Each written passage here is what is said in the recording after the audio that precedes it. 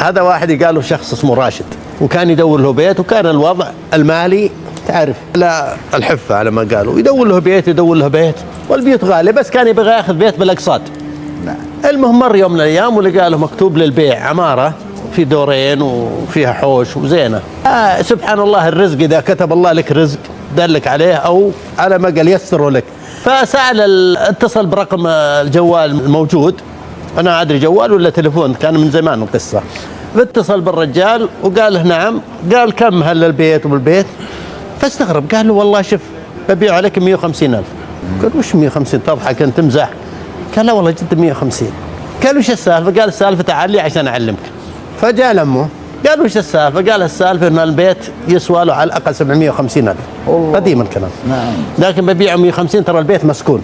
قال مسكون؟ شو تبيع عليه مسكون؟ قال هذا عارض، يمكن يجي واحد ما شاء الله عنده ميت قلب، قدرة، لا إيمان قوي، أو إيمان قوي. نعم قوي إيمان وعنده قرآن يعني. صحيح. قال والله بدي أشاور نفسه، راح شاور عمه شاور خاله، قال يا جماعة القصة كذا. عمه قال له توكل على الله، جيب القرآن أي إن شاء الله لو عفرت الجن نقدر نطردها. صحيح.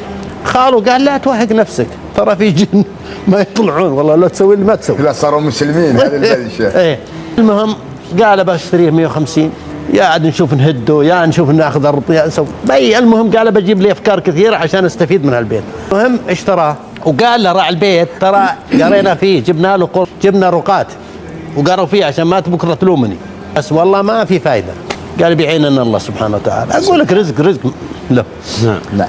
فجاء وجاب عمه، يقولوا بدأ يقرؤون قرآن، يقرؤون البقرة، فيسمعون طقطق كذا تحت في جدار وصوت تك تك تك تك تك، ويقرؤون جلسوا يمكن يقرؤون فترة طويلة والصوت ما مستمر. قال عمه ما يصير، الجن مع القراءة على الأقل يروحون يرجعون، لكن هذول مستمر معناها فيه شيء. قال شلون شيء؟ قال ما فيه، لازم تحفر وتقضى الجدار ده نشوف ايش فيه. احنا شارين البيت. قال ما فيه. يقول انا راشد انحشت، طلعت من البيت من الخوف. عمي راح جاب عماله، ما شاء الله رجل حافظ كتاب الله وقوي، راح وجاب عماله بدا يهد. وش لقوا توقعون؟